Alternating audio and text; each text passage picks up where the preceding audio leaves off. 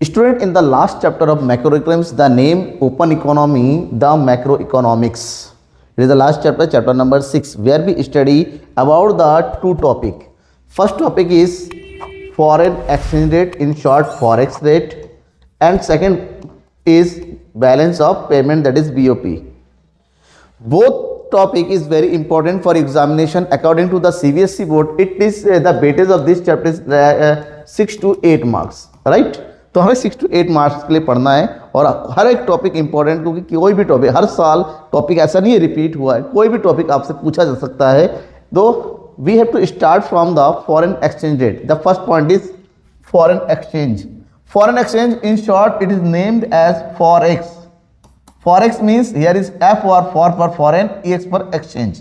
Foreign exchange, that means foreign exchange refers to the reserve of foreign currencies. किसी भी country में जितनी भी फॉरेन करेंसी का रिजर्व होता है, the reserve of foreign currency is known as foreign exchange. For example, the currency of US and the currency of UK, the foreign exchange for the India. India के लिए foreign exchange, हमारे पास कितना dollar है, हमारे पास कितना euro है, हमारे पास कितना पाउंड है. तो we have the reserve of foreign currencies like dollar, like pound, like euro, like dinar. This is known as foreign exchange. That is the forex is the conversion of one country's currency to another country. एक country का दूसरी country में जो conversion होता है, that is foreign exchange in forex. In the free economy, one country is deal with the another country और the rest of the world. So according to the dealing we have to pay और we have to receive the amount in the form of foreign currency. अगर हमने US के साथ कोई business किया तो US के डॉलर के साथ हम एक्सचेंज करेंगे, हम डॉलर ही रिसीव करेंगे, डॉलर ही पेमेंट करेंगे. So this one is foreign exchange. The next term is foreign exchange rate. The rate at which the one currency is exchanged with the another currency.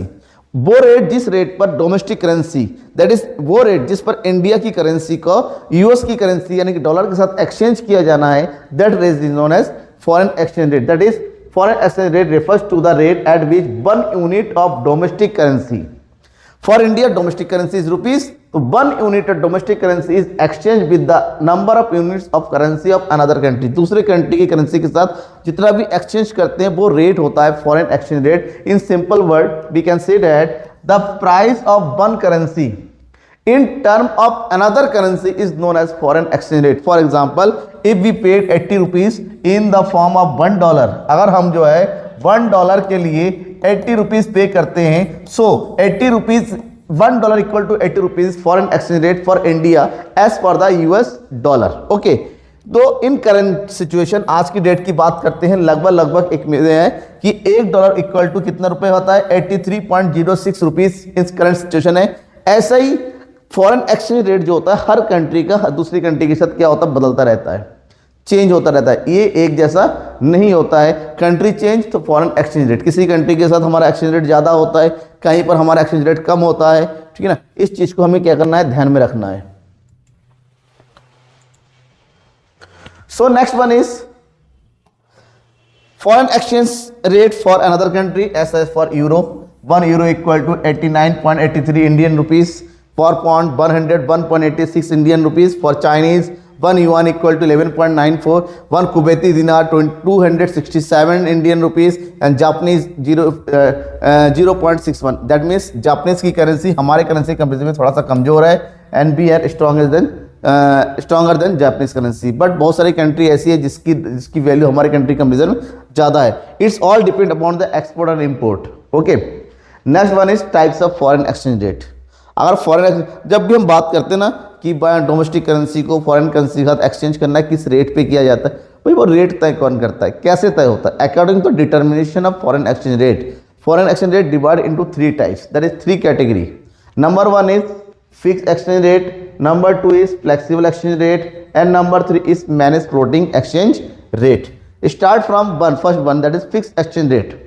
It is the rate that is determined by the government of the country on the behalf of the government. Central bank can determine the foreign exchange rate. Okay, the exchange rate determined by the government or central bank, so it is known as fixed because there is no changes take place in this exchange rate except of government. Government के अलावा इस exchange rate में कोई भी changes नहीं होते हैं और गवर्नमेंट जो तय करती है एक्सचेंज रेट वो भी एक कुछ बेसिस करती है। जब तक वो बेसिस चेंज नहीं होते हैं गवर्नमेंट ही इस एक्सचेंज रेट को चेंज नहीं कर सकती। तो गवर्नमेंट कैसे तय करती है? How do be government determine the exchange rate? For the determination of exchange rate there are two system that is first one is gold standard system of exchange rate, number 2 is the Bretton Woods system of exchange rate। क्योंकि government भी जो exchange rate तय करती है determinate करती है, अगर fix भी क्यों ना हो तो गवर्नमेंट को भी एक्सचेंज रेट फिक्स करने के लिए कुछ सिस्टम को फॉलो करना पड़ता है, that is gold system and Bretton Woods system.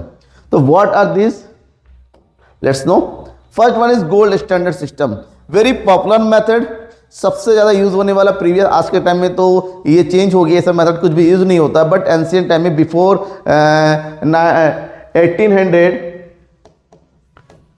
1847 to 1935 के बीच में लगभग इस एक्सचेंज रेट का यूज़ सबसे ज़्यादा हुआ है। तो गोल्ड स्टैंडर्ड सिस्टम में जो एक्सचेंज रेट था, जो एक्सचेंज रेट है उसका जो बेस रखा गया, the base is gold value of gold. According to the gold value of two countries exchange rate are determined. How? बात करते हैं कैसे। फॉर एग्जांपल हम बात करेंगे इंडियन रुपीज एंड यूएस यानी कि डॉलर के बीच में। The base is gold, value of gold. हम मानते हैं for example 10 gram, value of 10 gram gold. भाई ग्राम तो चेंज नहीं होता है, तो the value of 10 gram gold is in India that is 72,000 rupees. ठीक है, राइट, समझ लिया। हम मान लेते हैं 72,000 रुपीज एंड सेम 10 ग्राम दो गोल्ड की कीमत जो है यूएस में कितना है, अमेरिका में कितना है, हम मान के चलते हैं dollar 900 dollar.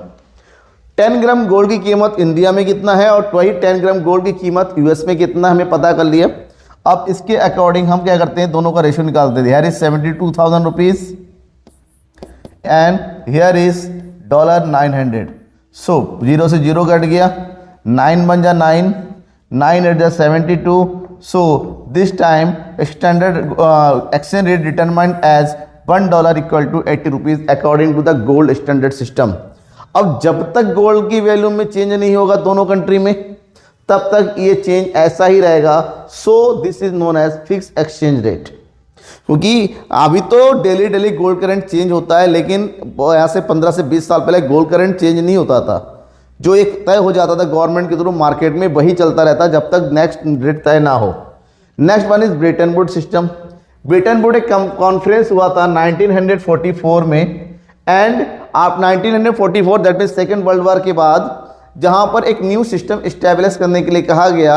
And at that time the US dollar is the strongest currency in the whole world। पूरे दुनिया में डॉलर जो है सबसे ज़्यादा स्ट्रॉन्गेस्ट जो करेंसी था। तो ऐसे में जो इंटरनेशनल गोल्ड स्टैंडर्ड सिस्टम को जो है एक चॉइस की तरफ में रखा गया और कहा गया कि we have to change and we required to fix their currency against US dollar. तो अब कहा गया कि नया सिस्टम तय करते हैं जहां पर डॉलर नहीं गोल्ड नहीं यूएस डॉलर को हम एक्सचेंज रेट रखते हैं एज ए मीडियम और इंटरनेशनल मॉनेटरी फंड बस डिक्लेयर्ड विद द सुपरवाइजरी। और कहा गया कि इस पूरे के पीछे इंटरनेशनल मॉनेटरी फंड IMF जो है इसको रेगुलेट करेगी सिस्टम को और इसी के अकॉर्डिंग। दैट मीन्स किसी भी कंट्री को की करेंसी को अपनी करेंसी की वैल्यू को यूएस डॉलर में क्या करना होता है, रिप्रेजेंट करना है। And US dollar is determined under the price of the gold और यूएस डॉलर की वैल्यू गोल्ड के अकॉर्डिंग रिप्रेजेंट करेगी। तो ऐसे में एक तरह का डुअल प्राइसिंग हो गया जिसके पीछे IMF वर्क करने लग गई।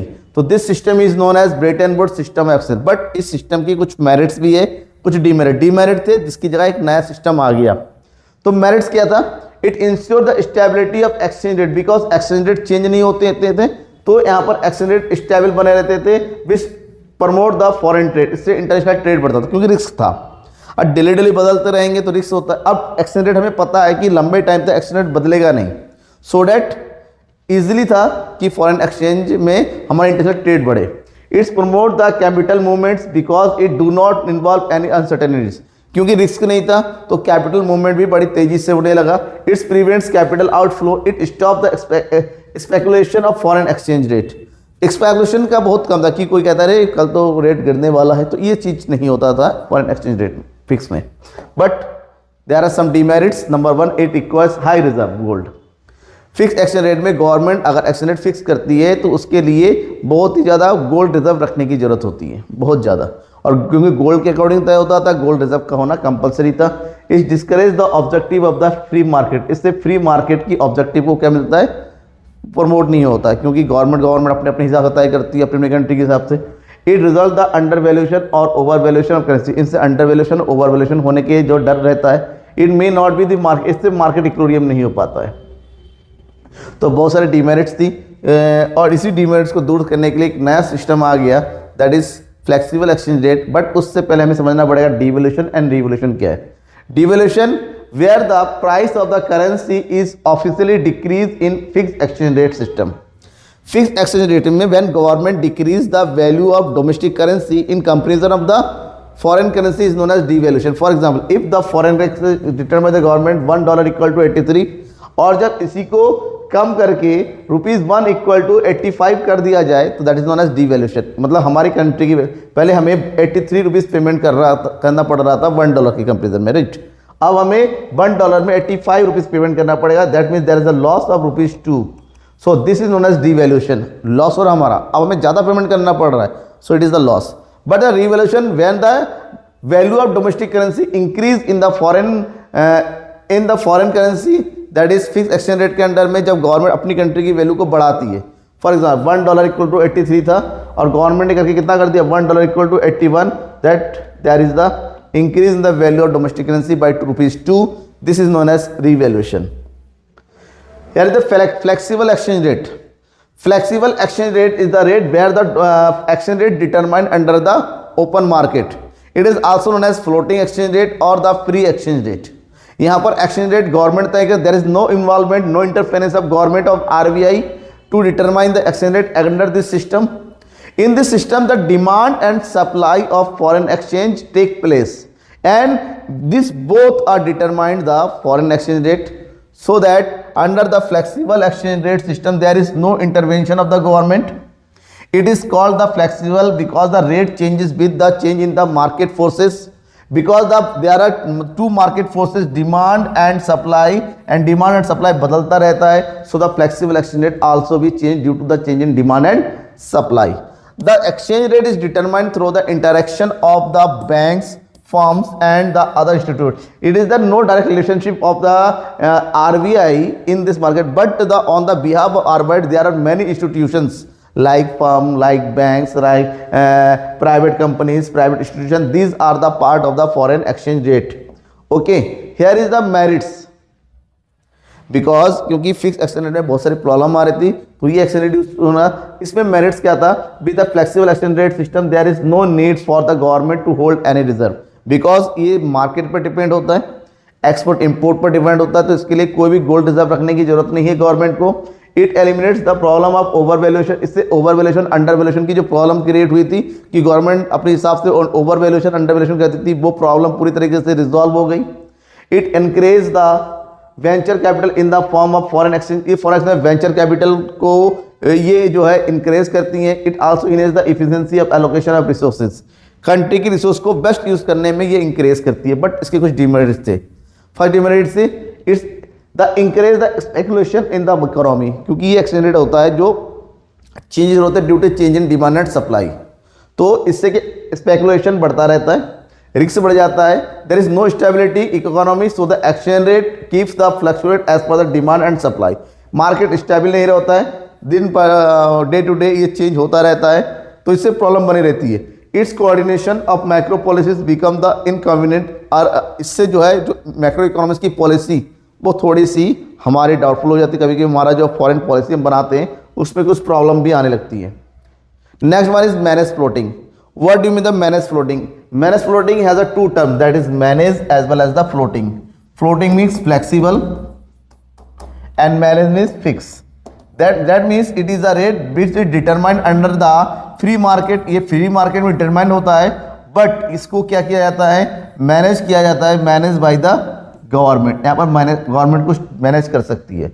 For example if the foreign exchange rate determined under the free market, that is $1 equal to rupees 83.25, open market में डिमांड एंड सप्लाई के थ्रू फॉरेन एक्सचेंज रेट कितना तय हुआ, $1 equal to 83.25, but the government is bound to increase the value of the domestic currency and governments interfere it and manage the rate as $1 equal to 83 rupees. Government ने 0.25 की rate को जब बढ़ाकर हमारा rate कितना कर दिया, 83 कर दिया, मतलब 2.5 रुपए से हमारी करेंसी की वैल्यू को बढ़ा दिया गया, राइट। दिखने में लग रहा है लेकिन अब हमें 0.5 रुपीज़ हमें पेमेंट नहीं करना, हमारी कंट्री की वैल्यू बढ़ गई।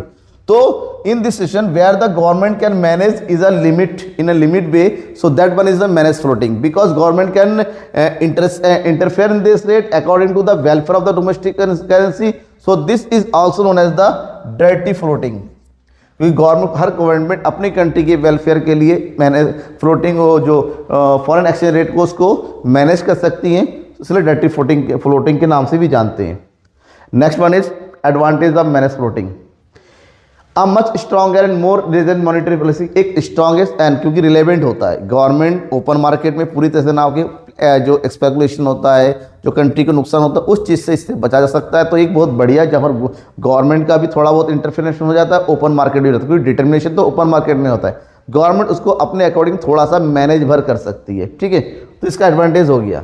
Next one is depreciation and appreciation, because the exchange rate determined under the open market, when the value of the domestic currency decrease in open market, that is known as depreciation।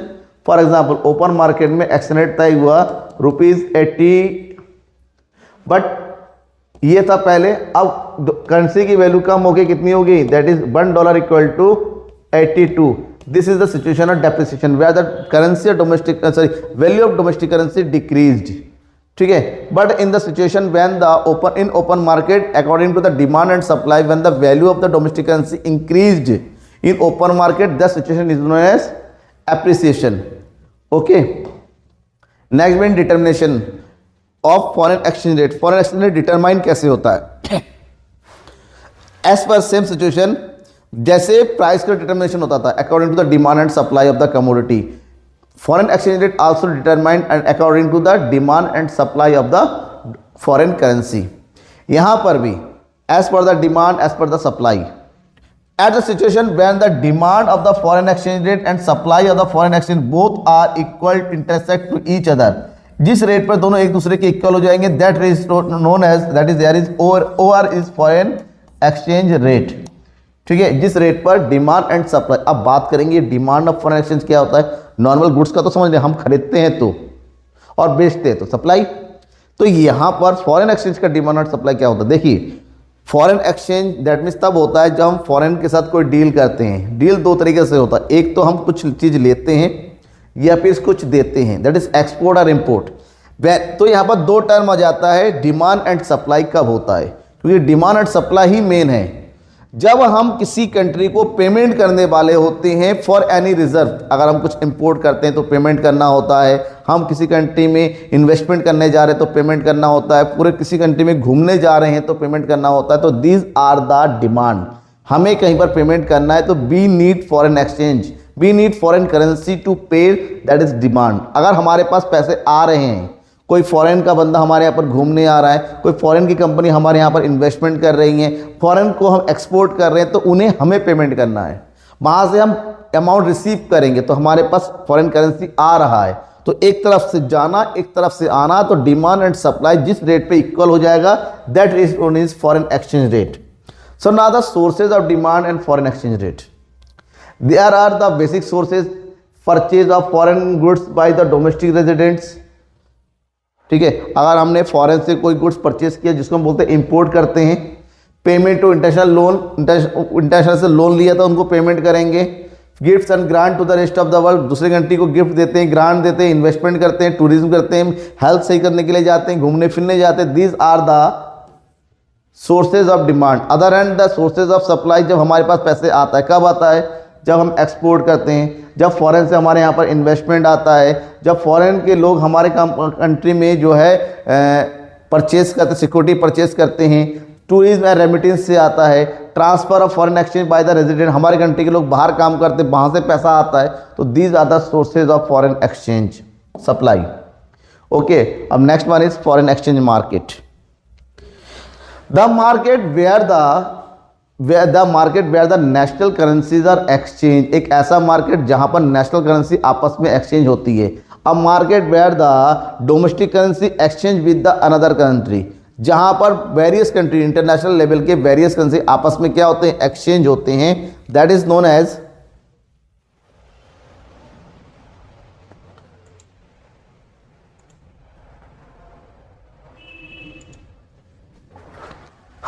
that is known as the foreign exchange, the market at which the national currency, various currency of the various countries are exchanged to each other, एक दूसरे का जहां पर exchange होते हैं। So there are two types of foreign exchange market, that is spot market and forward market, spot market and forward market। अब बात ये करेंगे what is spot market, what is forward market। Foreign exchange market का एक ऐसा market जहां पर on the spot dealing होता है, dealing that is all the current transaction is held at the market, that is known as foreign spot market। Okay, ये एक ऐसा मार्केट होता है जहां पर करंट ट्रांजैक्शन होते हैं, मतलब यहां पर डेली सेटलमेंट होता है। कौन सा सेटलमेंट होता है? डेली, दैट मीन्स आज ही खरीदो आज ही बेचो।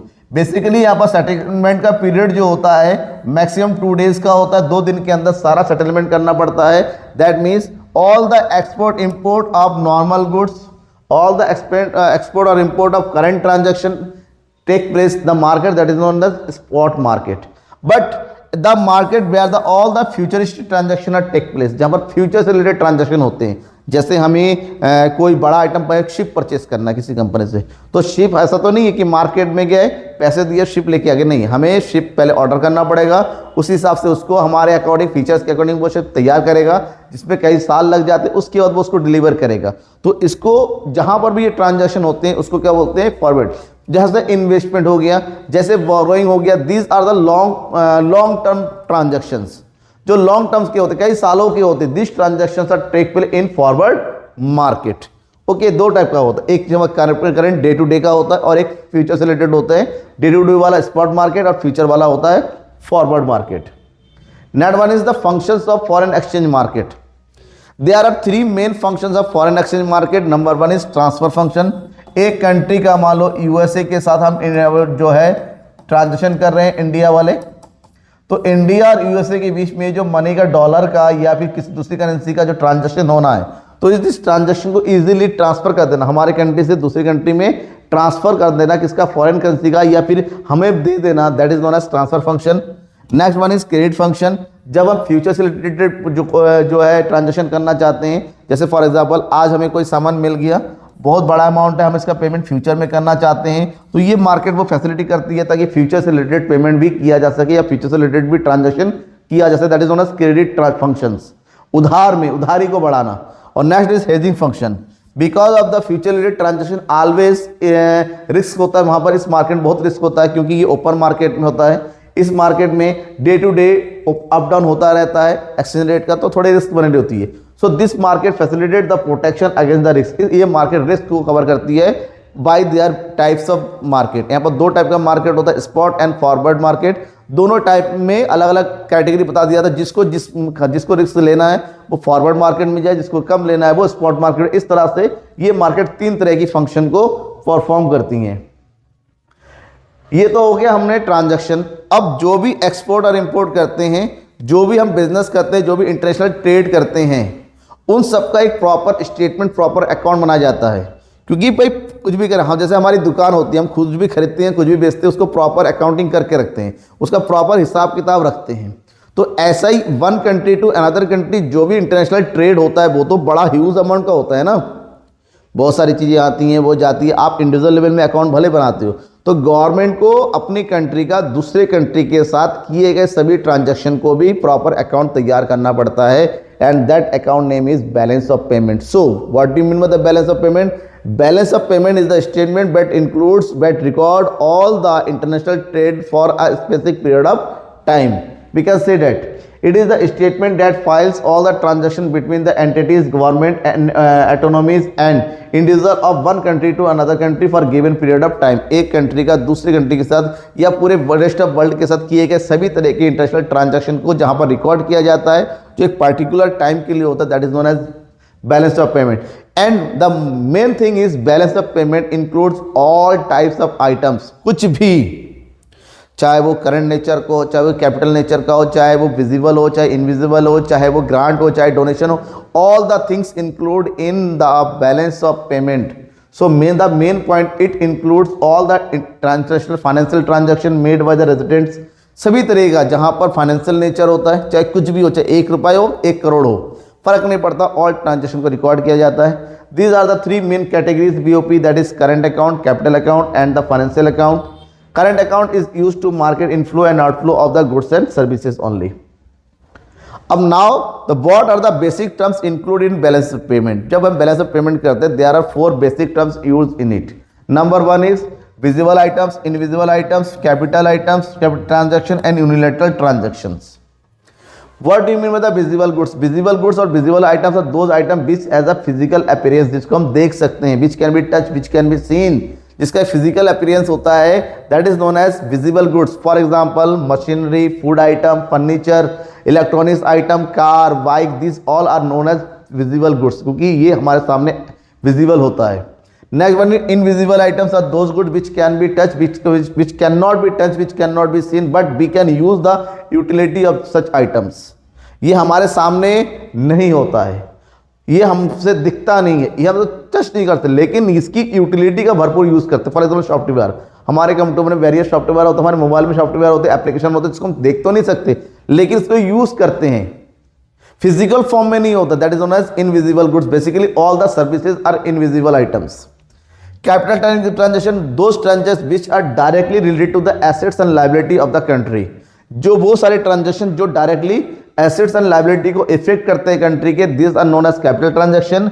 And all the one way transaction like donation, grants, gifts, जिसके लिए हमें कोई अनदर, अगर हमें मिलता है तो कुछ पेमेंट नहीं करता है, कुछ पेमेंट करते तो कुछ रिसीव नहीं होता है, this transaction are known as unilateral transactions. Okay, next is the components of balance of payment. जब इस बैलेंस ऑफ पेमेंट की कंपोनेंट करते हैं, we can categorize in 3 types, that is number 1 is current account, number 2 is capital account and number 3 is financial statements or financial account. Number is current account. Current account includes all the current transactions. Current account में all the current transaction include which does not affect the assets and liability, which are the daily nature or which done in the spot market. Okay, इसमें बहुत सारी चीजें आती हैं जो basically current natures के होते हैं, करंट ट्रांजैक्शन होते हैं, डेली ट्रांजैक्शन होते हैं, बेसिकली और जो है स्पॉट मार्केट में इसका डील होता है. तो in the current account it's include 3 types of items, that is trade in goods, trade in services and transfer payments. जब गुड्स की बात करते हैं, यहाँ पर सारे एक्सपोर्ट और इंपोर्ट होता है गुड्स की, यहाँ पर सर्विस की बात करते हैं और यहाँ पर ट्रांसफर पेमेंट्स की बात करते हैं. दैट नंबर 1 इज एक्सपोर्ट और import of goods, that is visible goods, visible trade कहते हैं. Number 1, it's includes all the export और import of visible goods only. यहां पर विजिबल गुड्स ही आता है केवल. So this is also known as the balance of trade और trade balance. And this trade balance में be positive, may be negative, क्योंकि इसमें केवल गुड्स इंक्लूड होता है. ये सरप्लस आ सकता है, डिफिसिट भी हो सकता है, बैलेंस भी हो सकता है. नेक्स्ट इज एक्सपोर्ट और import of services, that is known as invisible trade. Invisible trade, इसमें हम सारी तरह की जो है सर्विसेज को इंक्लूड करते हैं. और there are 2 types of services, factor services and non factor services. Okay, factor services are like labour, entrepreneurship, capital, these are the factor services. Next one is non factor services like banking, insurance, software, technology, health, education, these are the non. So transaction of these all, that will be export, that will be import, the value of this is known as the export import of service or invisible trade. Next one is unilateral. In the current account, all the unilateral transaction or unequity transaction, that is also known as the transfer payments, are included in current account, like donation, grant, gifts, all type of this जो one way होता है. Next is capital account. Capital transaction like purchase and sales of assets or liability recorded in capital account. All the capital nature item this directly affect the assets and liability of the country recorded under the capital account, which as may be the government transactions, which may be private transaction, which may be institutional transaction, which may be non institutional transaction. अगर इससे country की assets और liability effect होती है, which recorded in capital account. Basically the items of capital accounts categorized in two types, investment and borrowing. यहाँ पर दो type के आइटम इंक्लूड होते हैं, investment and borrowing. Okay, number one is borrowing, that is lending to और from. या फिर borrowing किया जाएगा या फिर उधार दिया जाएगा. ठीक है, दो टाइप के होते हैं. जब भी हम बोरोइंग की बात करते हैं, there are two types of borrowing, external commercial borrowing और external assistance. External commercial borrowing, there is the rate of interest depend on the market. एक ऐसी उधारी जहां पर रेट ऑफ इंटरेस्ट मार्केट पे डिपेंड होता है, मार्केट रेट पे तय होता है. But external assistants the where the rate of interest determined under the mutual agreement. Mutual agreement between two countries. यहां पर दो कंट्री के बीच में एग्रीमेंट से जहां रेट ऑफ इंटरेस्ट तय होता है, that is known as external assistance. तो दो तरह की बोरोइंग होती है. Next one is investment. Investment, all the investment by the rest of the world in the shares of Indian companies, real estate, etc. is known as investment. ये investment भी या तो हमारे कंट्री में पैसा आता है या हमारी कंट्री वाले दूसरे कंट्री में जाके इन्वेस्ट करते हैं. सो यार the two types of investment basically. Number one is FDI, that is foreign direct investment, and number two the portfolio investment. FDI consists the purchase of assets which gives the direct control to the buyers over the. जब किसी दूसरी country के लोग, दूसरी country company हमारी country में direct यहीं के एसेट्स को बोरो करती हैं, यहीं पर आके अपना बिजनेस खुद ऑपरेट करती हैं, that is known as FDI. क्योंकि वो अपने बिजनेस को खुद ऑपरेट कर रही है, वो खुद यहाँ के ओनर बन रहे, प्रॉपर्टी के ओनर बन रहे, चाहे वो प्रॉपर्टी लैंड का कोई भी बिजनेस हो. अगर खुद के ओनर पे एज ए ओनर काम करते हैं, that is FDI. But there are lot of company which do not bound the ownership of the company, they only invest the share and security or debenture of the existing companies of the country. ये country में exist होने वाले already जो companies होती हैं उस company में पैसा इन्वेस्ट करते हैं. So this is known as portfolio investment. Next is change in foreign exchange reserve. Foreign exchange reserve में चेंज होता है. Financial assets of government held the central bank और known as the foreign exchange reserve. जो central bank में financial assets होता है, ठीक है, बेसिकली जो भी कैपिटल अकाउंट होता है और जो करंट अकाउंट होता है, उन दोनों का जो बैलेंस होता है, उस बैलेंस को जो है change in foreign exchange reserve के नाम से जानते हैं. Last one is financial account. Financial accounts includes all the financial transactions between the foreign currency to rest of the domestic currency to rest of the world. इसमें सभी तरह के जो है फाइनेंशियल ट्रांजैक्शन नेचर्स का आइटम आते हैं. जैसे फॉर एग्जाम्पल इन्वेस्टमेंट हो गया, रियल एस्टेट इन्वेस्टमेंट इन्वेस्ट करना, FDI हो गया, बिजनेस इंटरप्राइज परचेस करना, जो फाइनेंशियल नेचर के होते हैं. कैपिटल भी होते हैं, फाइनेंस नेचर के भी होते हैं. तो जब फाइनेंस नेचर के आते हैं उसको हम फाइनेंस अकाउंट की कैटेगरी में रखते हैं. Okay, this are the basic point of chapter number 4. After that we have to start the new book, second book, that is Indian economic development. And we हम भी वहाँ पर वन शॉट वीडियो और जो है कवर करेंगे सारे important topics के साथ. ओके, तब तक के लिए आपको क्या करना है, लाइक करके शेयर जरूर कर देना है. और किसी भी तरह का डाउट होता है मुझे कांटेक्ट कर लेना है किसी भी तरीके से. नोट्स चाहिए, then you can get your note from the www.theeconomicsguru.com. Okay, thanks and bye.